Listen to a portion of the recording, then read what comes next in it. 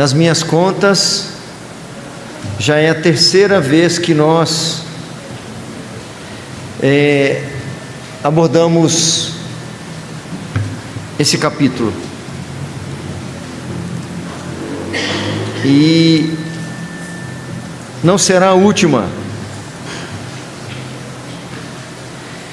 Nós leremos hoje apenas os 8 primeiros versículos, como fizemos da última vez. E eu peço perdão para os irmãos, porque no domingo retrasado fiz várias perguntas enquanto apresentava aqui, enquanto expunha o texto, e até os convidei para virem no domingo seguinte, para nós começarmos a encontrar as respostas. E eu não me lembrava que no domingo seguinte, que era o domingo passado, eu iria na congregação.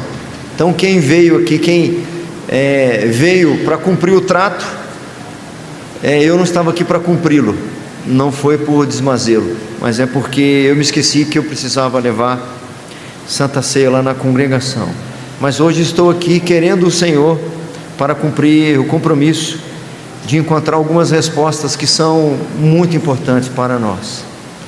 Daniel capítulo 7, o sonho sobre os 4 animais. Assim diz o texto: no primeiro ano de Belsazar, rei da Babilônia, teve Daniel um sonho e visões ante seus olhos. Quando estava no seu leito, escreveu logo o sonho e relatou a suma de todas as coisas. Falou Daniel e disse: eu estava olhando durante a minha visão da noite, e eis que os 4 ventos do céu agitavam o mar grande. 4 animais grandes, diferentes uns dos outros, subiam do mar. O 4.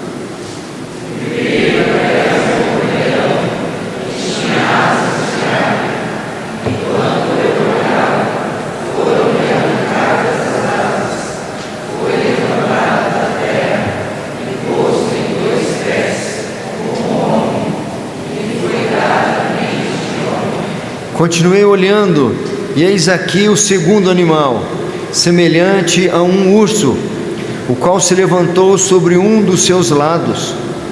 Na boca, entre os dentes, trazia 3 costelas, e lhe diziam: levanta-te, devora muita carne.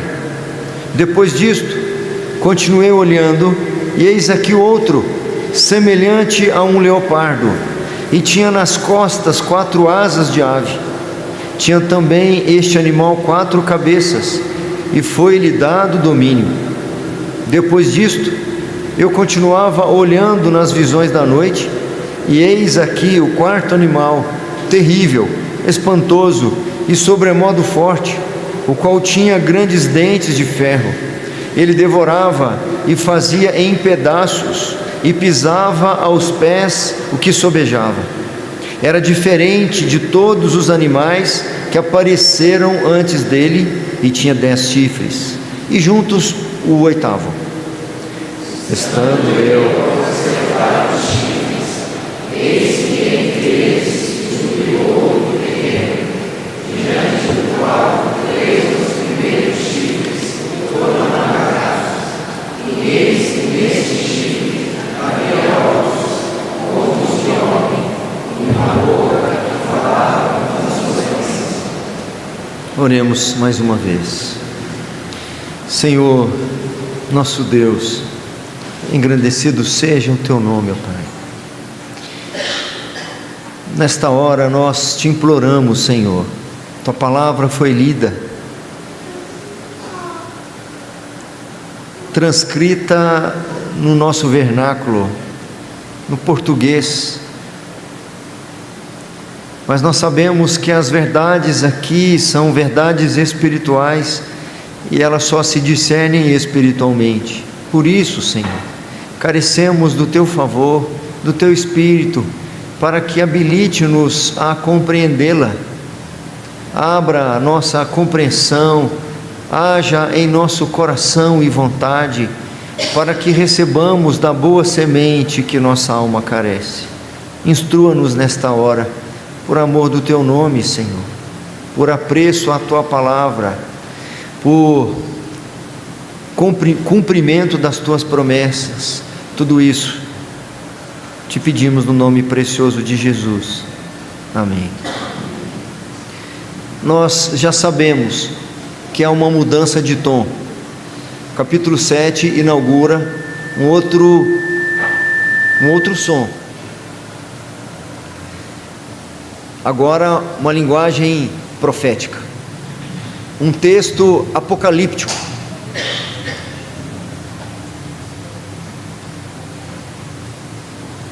Nós vimos que ao menos 2 significados, porque o Senhor resolveu usar esse recurso, considerando que a literatura apocalíptica tem sempre esses propósitos que nós veremos daqui a pouco, não só aqui no livro de Daniel, como em Apocalipse e em outras passagens.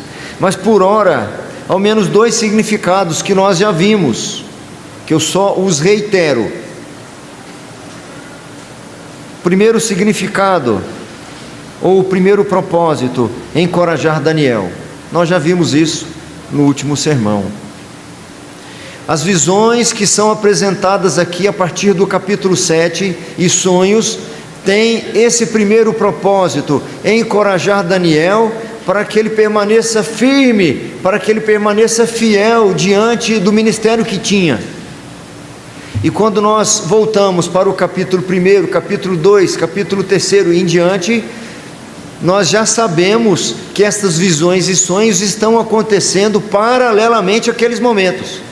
É por isso que ele demonstra tanta coragem, demonstra tanto destemor naquelas situações todas, encorajado por essas visões.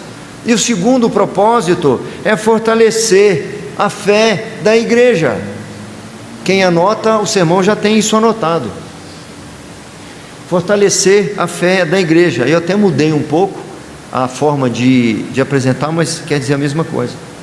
Então nós notamos que aqui essas predições que são apresentadas, essas visões, boa parte delas em relação ao futuro, permitem que Daniel, além de ser encorajado, pudesse agora fortalecer a igreja. Os capítulos iniciais, Daniel tem a incumbência de revelar da parte do Senhor ensinos para a humanidade, ou consequências em relação à humanidade. Quando ele decifra o sonho de Nabucodonosor, por exemplo, o significado envolve as nações todas. O recado era para as nações todas, mas aqui estes sonhos são direcionados para a igreja. Essas visões servem para que o povo de Deus seja fortalecido na sua fé. Nosso tema é o mesmo tema que eu comecei, Daniel 7, o sonho sobre os 4 animais, uma mensagem para perseverar e confiar nas promessas.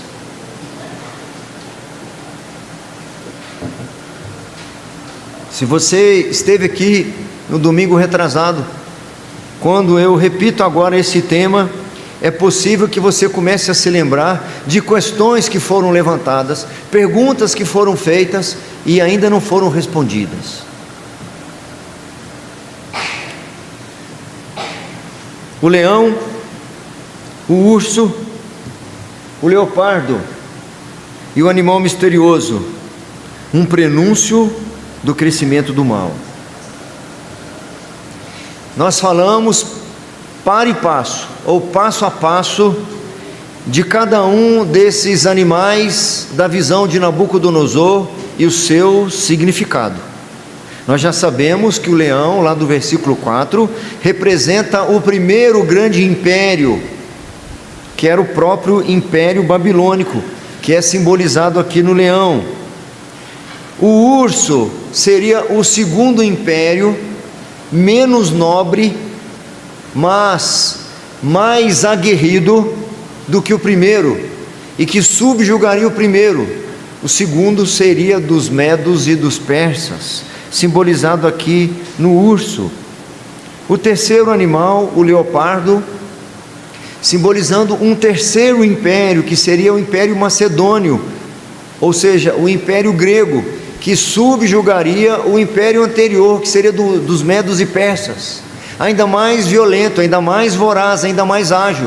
Em apenas 12 anos, dos 20 aos 32, Alexandre o Grande conquista o império anterior e ainda o expande. E o quarto animal, um animal misterioso,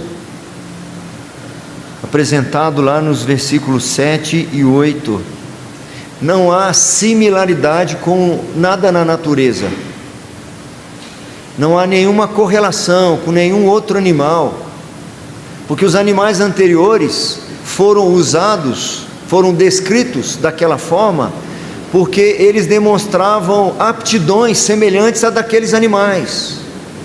O império glorioso, majestoso da Babilônia foi simbolizado no leão, e assim cada um sucessivamente. Mas esse quarto animal, de tão voraz que era, não se encontrou um correlato na natureza. Daniel só o descreve assim: terrível, espantoso e sobremodo forte.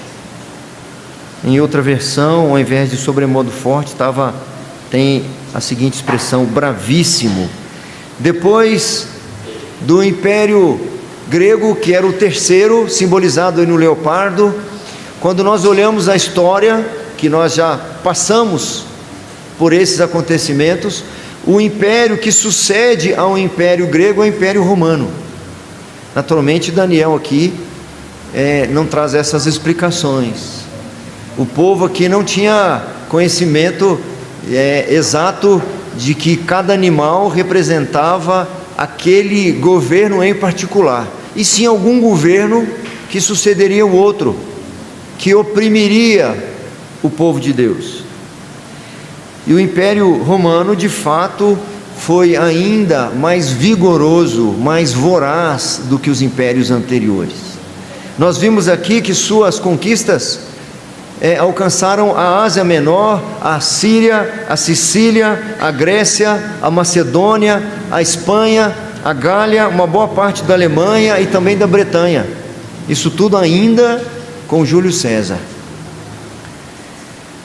Sabemos que esta visão de Nabucodonosor é correlata à visão, essa visão de Daniel é correlata à de Nabucodonosor.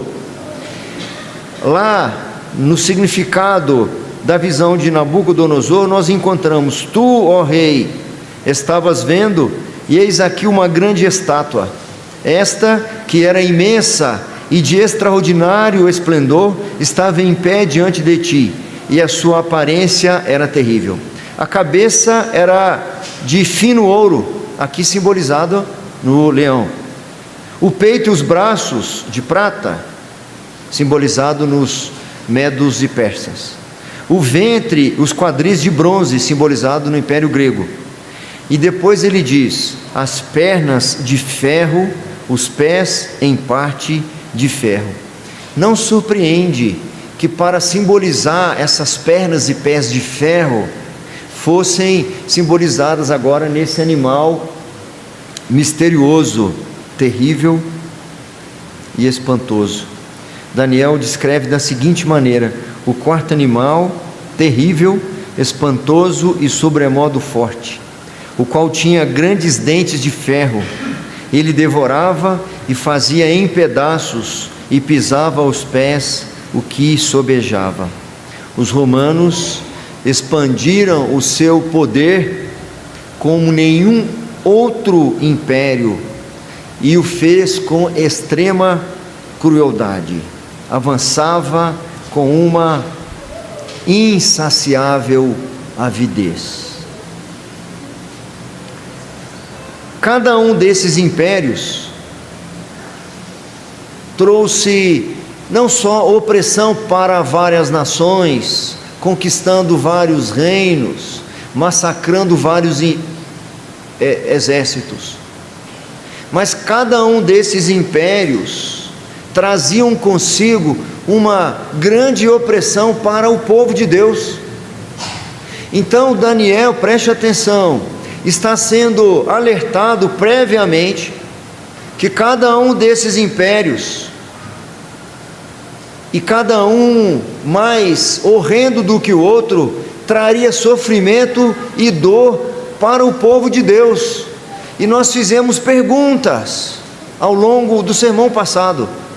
Não é difícil entender o significado dessas visões, o que cada animal representa. O difícil é entender como que isso pode de alguma forma ter fortalecido Daniel. Como Daniel poderia ter sido fortalecido sabendo que as coisas que estavam ruins iam ainda piorar. Mais ainda, como que esse tipo de mensagem poderia firmar, fundamentar a fé do povo de Deus? Que notícia ruim é essa, Daniel? Que palavra dura é essa, profeta Daniel? Nós encontramos nos relatos, nos registros dos reis, que muitos deles, ao se afastarem do Senhor, ou porque viviam longe do Senhor, abominavam os homens de Deus, abominavam os profetas de Deus, que não lhes davam boas notícias, que traziam notícias desagradáveis. Muitos deles eram mortos por causa disso. Daniel está entre um desses, que não só não trazia más notícias para o rei do momento, mas para todo o povo de Deus. Quando nós olhamos para a história e vemos cada um desses impérios, eu mencionei aqui um pequeno trecho do livro de Lamentações. Releia o livro de Lamentações, e quando você vir lá as lamúrias do profeta Jeremias, é porque já estava sendo anunciado lá para ele. Na realidade, para Isaías já se anunciara que um governo sobressairia sobre eles, que o império os governaria. Isaías já profetiza para o rei Ezequias, antes ainda de Jeremias. Quando Nabucodonosor então vai conquistar Judá, o povo de Deus, que sofrimento terrível. Nós lemos aqui, as mães matavam seus próprios filhos para comer. E o pior é que o reino que o sucederia seria ainda mais voraz do que o anterior, menos digno. Não era simbolizado no ouro ou na majestade do leão. E assim, por conseguinte, até chegar ao quarto império, que teriam pernas e pés de ferro, que é simbolizado aqui no animal misterioso, que não deixava sobrar nenhum que caía no chão, que é o Império Romano. Quando nós lemos já no Novo Testamento, já encontramos como esse império perseguiu a igreja de Jesus Cristo. Quando nós lemos a história, os 3 primeiros séculos, como a igreja de Cristo sofreu nas mãos desse império. E aí volta a mesma questão: como que os sonhos sobre os 4 animais poderiam trazer uma mensagem de perseverança e de confiança nas promessas do Senhor? Como ser informado de notícias tão desagradáveis pode de alguma forma nos vincular ainda mais ao Senhor? Ainda não dá para entender.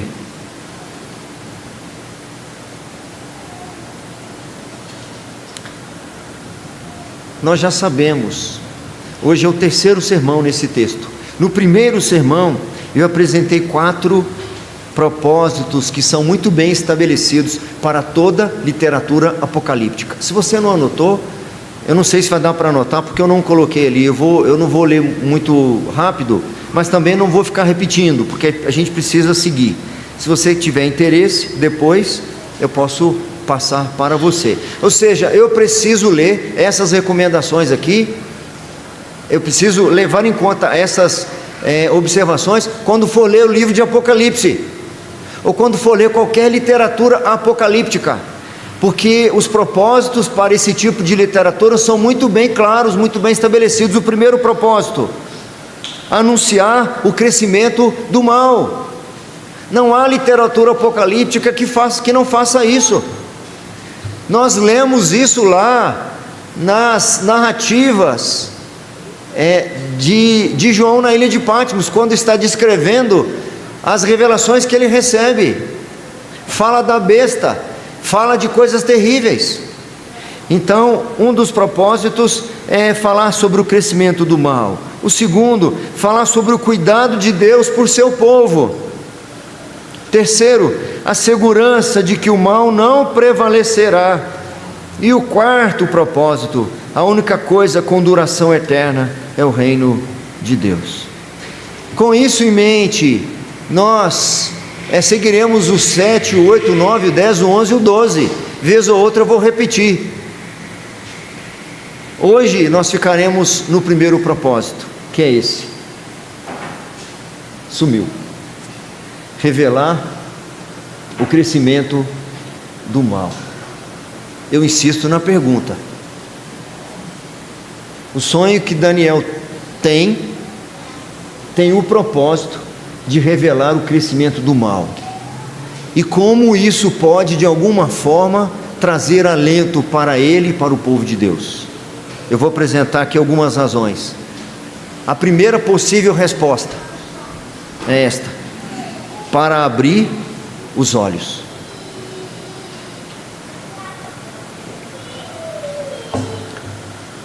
Por que que o Senhor revela para Daniel, e através de Daniel revela para a igreja, sobre o crescimento do mal? Para abrir os olhos. Esse mundo é cheio de ilusões, de enganos, igual aquelas imagens de filmes, de miragem de filmes, que o sujeito está no deserto, mas quando ele olha, ele vê um oásis. A humanidade vive dessa forma, olha para o seu entorno e não consegue ver a realidade, não consegue ver o que de fato é este mundo. As Escrituras ensinam para nós esta realidade. Na primeira carta de João, ele escreve: não ameis o mundo, nem as coisas que há no mundo. Mas aqui é tão bom, apóstolo João. E ele continua: se alguém amar o mundo, o amor do Pai não está nele.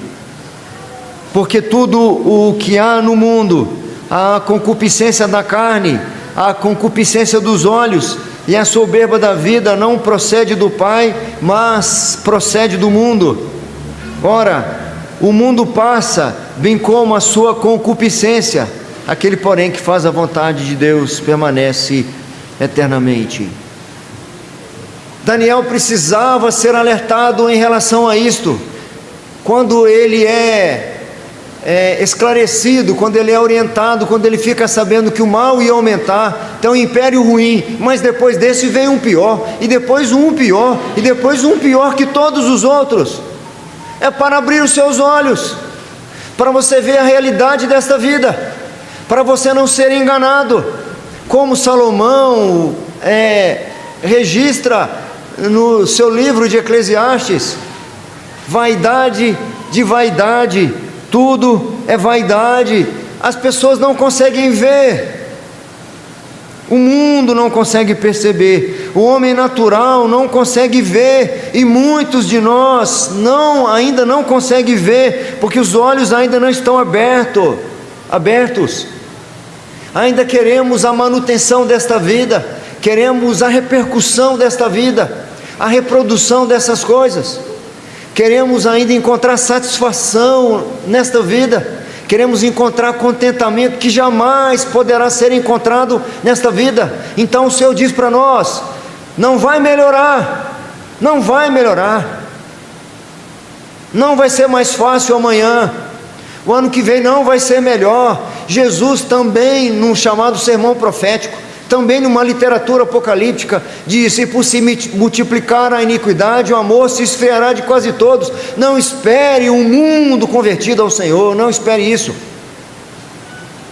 Revelar a realidade deste mundo para Daniel, compartilhar esta realidade com o povo de Deus, permitiria que o povo pudesse reconhecer que tudo neste mundo, que este mundo oferece, é ilusão, é passageiro, Não se apegue a essas coisas, não se prendam nessas coisas.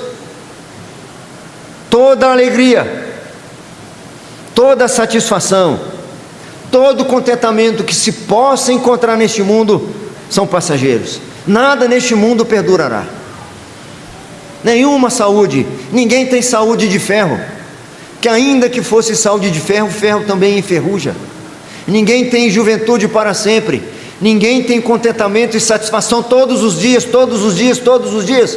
Por mais que se gaste tempo para poder fazer perdurar as alegrias e satisfações, por mais que se invista dinheiro para poder trazer algum contentamento, por mais que se faça uma festa depois da outra, por mais que o banquete dure uma semana, um mês, 180 dias, como nos dias lá da Rainha Esther, um banquete de 180 dias, 6 meses de festa. Quando o sujeito acorda, vem o drama, a realidade da vida. Aí ele tem que continuar a festa, para ver se traz um ânimo de novo. E o segundo dia já não é tão bom quanto o primeiro, o terceiro dia não é tão bom quanto o segundo, o mês seguinte de festa já não tem o mesmo sabor. É assim com qualquer conquista, é de ilusão em ilusão. A satisfação do primeiro brinquedinho não é nunca mais reproduzida, nem quando a gente troca de carro, de verdade. Eu me lembro quando ganhava no Natal uma bola dente de leite. Ela simulava uma bola oficial, porque ela era branca e com aquelas marquinhas pretas, como se fosse aquelas costuras. A gente chutava, ela fazia assim uma curva, certo? Eu lembro da primeira vez que ganhei, eu levei para a cama para dormir comigo. Segunda provável razão, por que o Senhor revela essas coisas? Com o propósito de fortalecê-los, para evitar surpresas. É isso mesmo. O Senhor de antemão alerta Daniel e alerta o povo e nos alerta.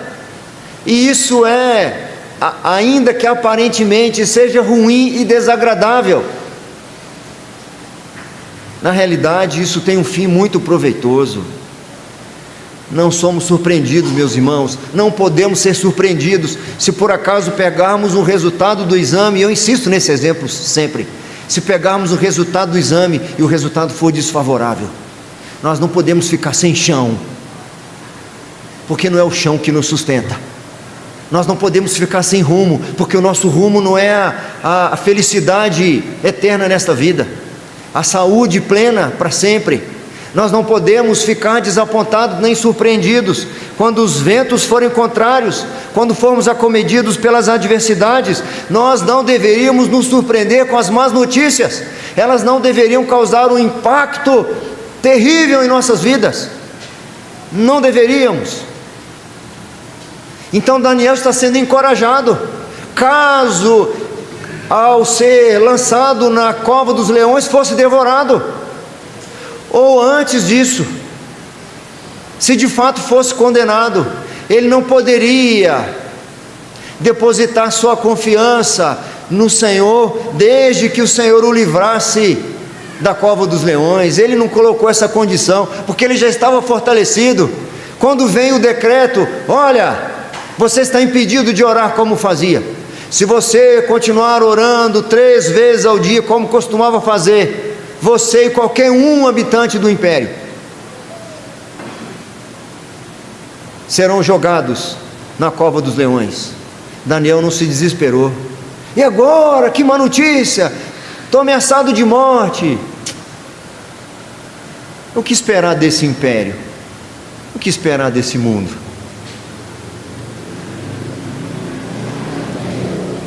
Nosso Senhor Jesus Cristo alertou os seus discípulos para que não fossem pegos de surpresa. Apenas alguns poucos versículos. Eis que eu vos envio como ovelhas para o meio de lobos. Sede, portanto, prudentes como as serpentes e simples como as pombas. E acautelai-vos dos homens, porque vos entregarão aos tribunais e vos açoitarão nas suas sinagogas. Por minha causa sereis levados à presença de governadores e de reis, para lhes servir de testemunho a eles e aos gentios.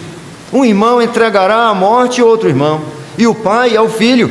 Filhos haverá que se levantarão contra os progenitores e os matarão. Sereis odiados de todos por causa do meu nome. Aquele, porém, que perseverar até o fim, esse será salvo.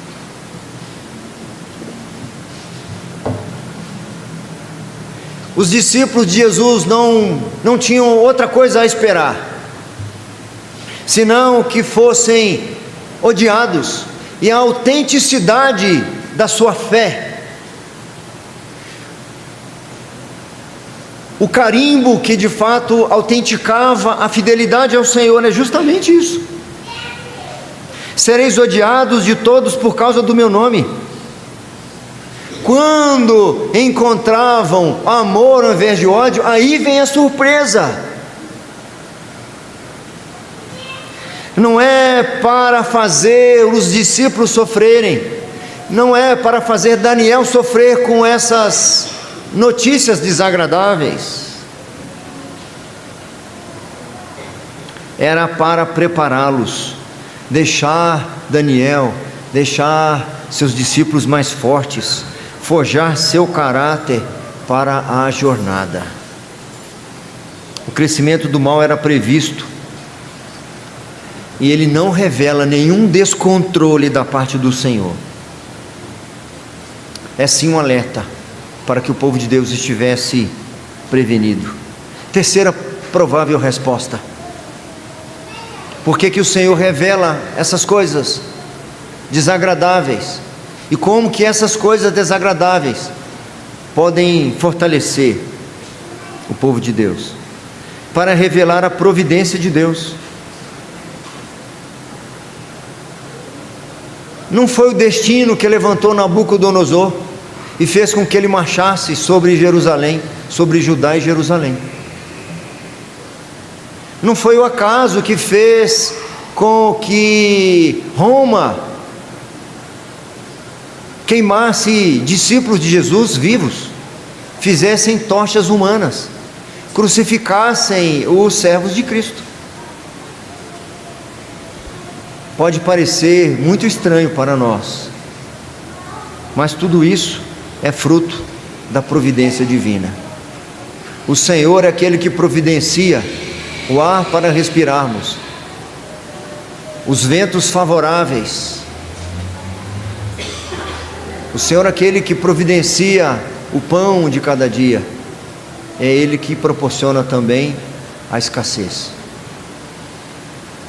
Não há seca na terra que não seja fruto do governo de Deus.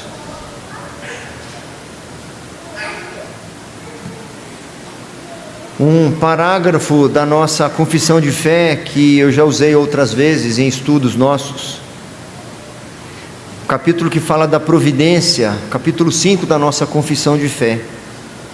No parágrafo 5 diz: o muito sábio, justo e gracioso Deus, entendam, o muito sábio, justo e gracioso Deus muitas vezes deixa por algum tempo seus filhos entregues a muitas tentações e à corrupção do próprio coração deles, para castigá-los pelos seus pecados anteriores ou fazê-los conhecer o poder oculto da corrupção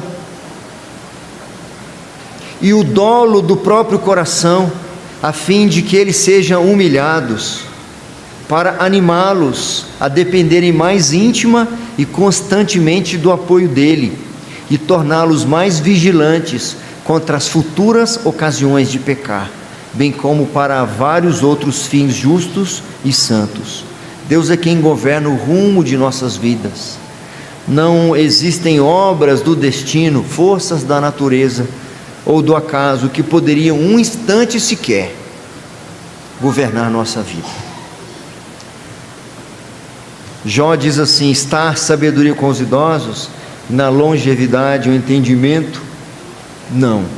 Com Deus está a sabedoria e a força, Ele tem conselho e entendimento. E esse trechinho eu gostaria de ir à frente e que você repetisse, se você se sentir à vontade. O que Ele deitar abaixo, não se reedificará. Lança na prisão, e ninguém a pode abrir. Se retém as águas, elas secam. Se as larga, devastam a terra. Com Ele está a força e a sabedoria. Seu é o que erra e o que faz errar. Mais um, quarta possível resposta para as perguntas que fizemos até aqui. Para eliminar falsas esperanças, alertar-nos quanto à realidade deste mundo, alertar-nos quanto ao crescimento do mal, visa também eliminar do nosso coração falsas esperanças, falsas expectativas. Quer encontrar alguém frustrado? É fácil entender o porquê da sua frustração. A frustração é compatível com expectativa indevida. Ninguém se frustra com Cristo, porque sua esperança está afirmada em Cristo. Mas se a sua esperança, a sua expectativa está em qualquer outra coisa, o que advirá disso então é frustração. Então o Senhor abre os olhos de Daniel para que a sua esperança não esteja depositada no governo que vem agora depois. Não, Nabucodonosor agora se converteu, as coisas vão melhorar. Ele acabou de confessar que Deus é o único Deus sobre todos os outros, e que não há nenhum Deus além dele. Não há, como vocês já me ouviram aqui lá nos capítulos anteriores, não há afirmação tão contundente, tão bela, quanto aquela de um até então ímpio. Daniel está firmado, ele não se enganará. É por isso que ele recebe essa visão. Quando ele vai lá e testemunha a conversão de Nabucodonosor, ele continua o mesmo, estável. As coisas aparentemente vão melhorar, mas ele sabe que é só uma questão de horas, uma questão de dias, semanas.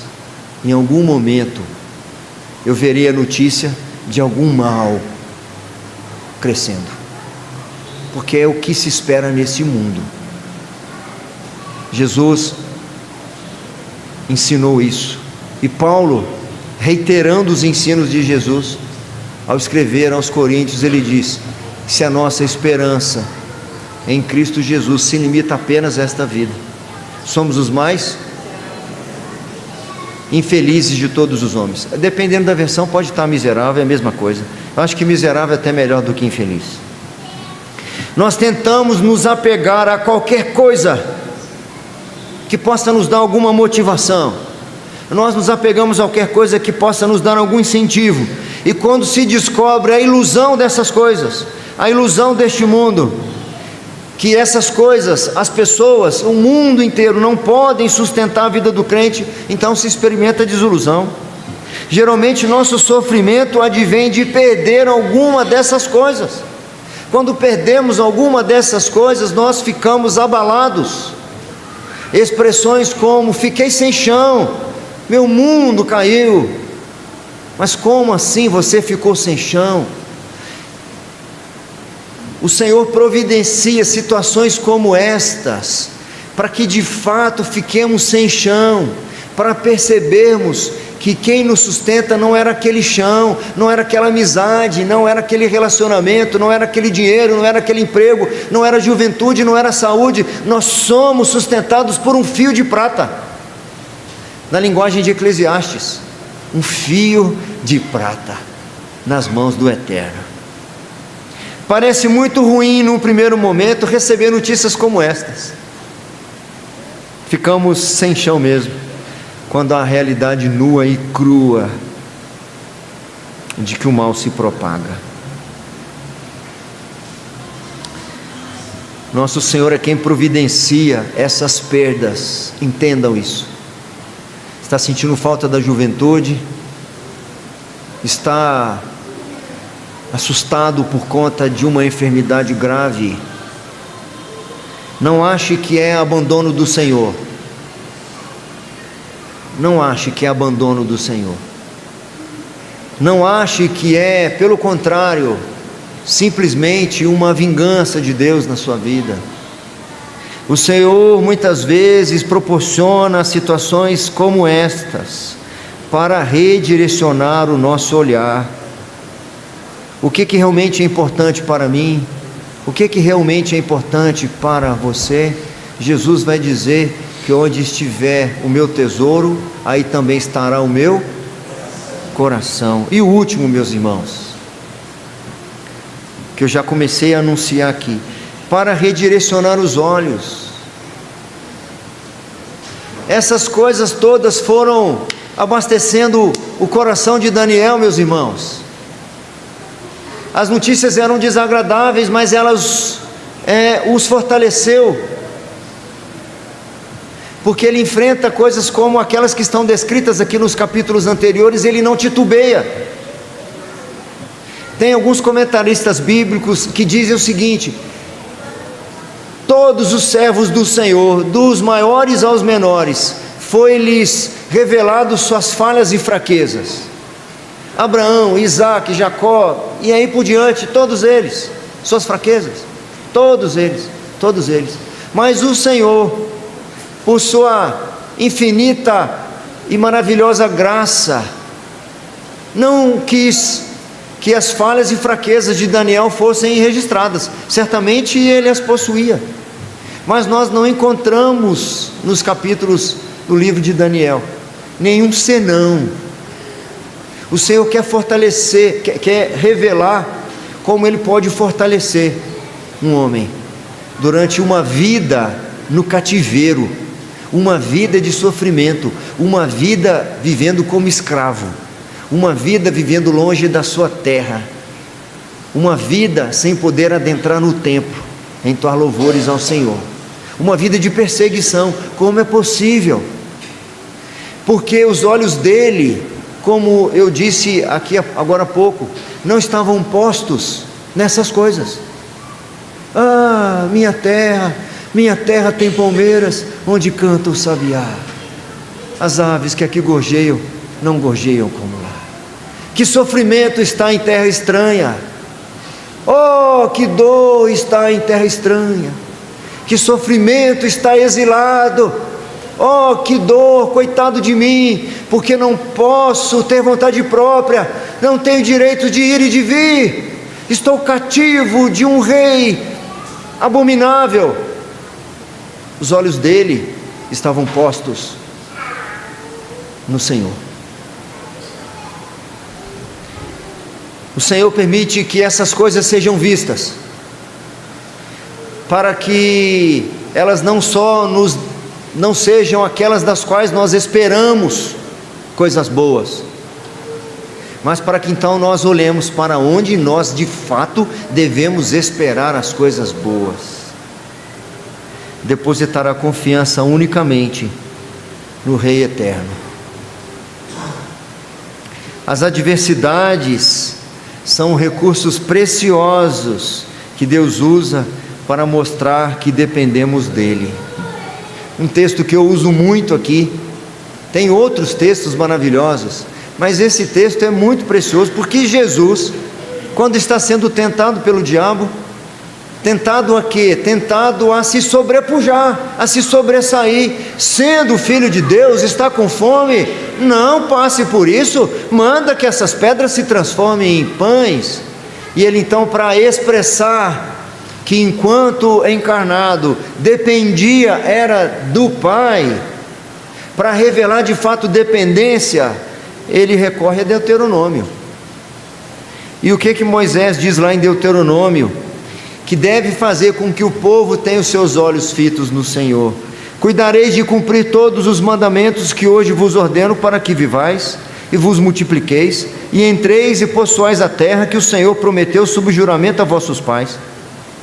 Recordar-te-ás de todo o caminho pelo qual o Senhor teu Deus te guiou no deserto esses 40 anos, para te humilhar. Ele fez isso para te humilhar, para te provar, para saber o que estava no teu coração, se guardarias ou não seus mandamentos. Ele te humilhou, ele fez isso.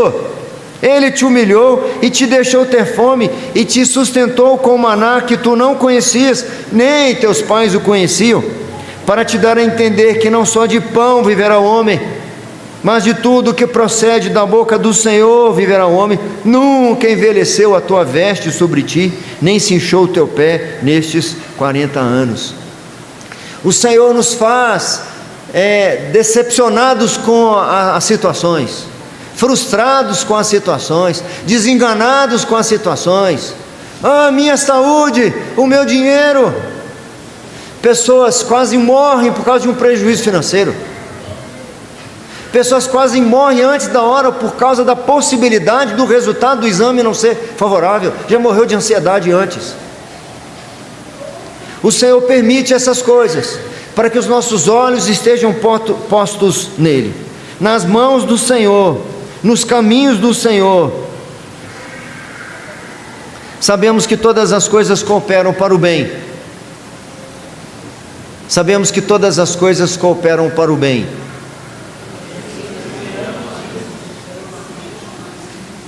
Sabemos que todas as coisas, vamos juntos. Sabemos que todas as coisas cooperam para o bem daqueles que são chamados segundo o seu propósito. Nas despedidas de Jesus, eu vou caminhando para o nosso encerramento. Esse texto que eu li agora foi de Romanos 8, 28. Lá no Evangelho de João, quando Jesus está se despedindo, olha as notícias que dá para os seus discípulos.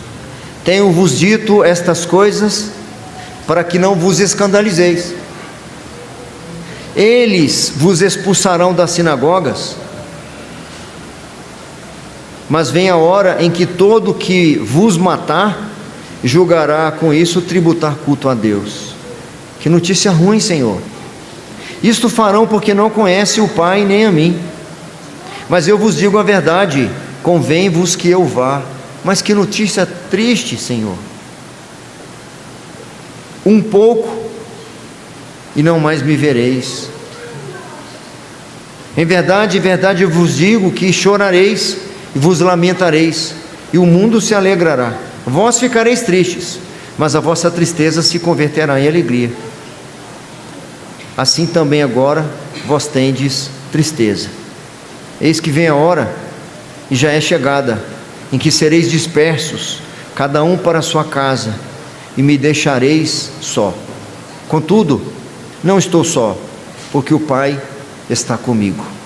Eu vou e vocês vêm atrás. Estas coisas vos tenho dito, para que tenhais paz em mim. No mundo passais por aflições, mas tende bom ânimo, porque eu venci o mundo. Olha só que interessante. Algumas das notícias eu li aqui. Quando esse versículo último que vocês repetiram comigo, Jesus diz assim: estas coisas vos tenho dito. Que coisas? Vocês agora estão em tristeza, vocês serão perseguidos, matarão vocês, e as pessoas acharão que estão agradando a Deus. Essas coisas que ele se refere são coisas ruins, ou aparentemente ruins, mas ele diz: estas coisas vos tenho dito para que tenhais paz em mim, e não nestas coisas, para que os olhos de vocês sejam redirecionados para mim, porque enquanto os olhos de vocês estiver depositado nas coisas deste mundo, vocês não terão paz. Vocês só terão paz em mim. Então eu estou alertando vocês quanto às mazelas desta vida, para que vocês não esperem delas a esperança, não sejam revigorados por elas, não sejam firmados nelas. Essas são algumas razões porque que Daniel está sendo encorajado por essas coisas, porque ele não estava mais lá preocupado com os decretos dos reis, as decisões dos reis. Ele não estava com avidez ou expectativa aguardando o que vai ser agora. É Dario que assumiu o trono, Belsazar morreu mesmo, agora veio outro, e depois dele vem outro, e depois vem outro, e agora como é que vai ser? Não importa quem virá, os meus olhos estão postos no Senhor. Por que o Senhor faz isso? Somente é insondável, mas nós estamos encontrando algumas respostas, e eu espero que o Senhor nos dê graça para que nós retornemos na próxima oportunidade um pouco mais daquilo que pôde dar a Daniel e ao povo de Deus ao longo da história. perseverança e confiança nas promessas do Senhor. Que o Senhor tenha misericórdia de nós, e que, independente de qualquer notícia que tivermos daqui a alguns instantes, independente do que nos acometer nos próximos dias, que não sejamos surpreendidos, que não depositemos nossa esperança nas possibilidades desta vida, que os nossos olhos o tempo todo estejam direcionados para o Senhor.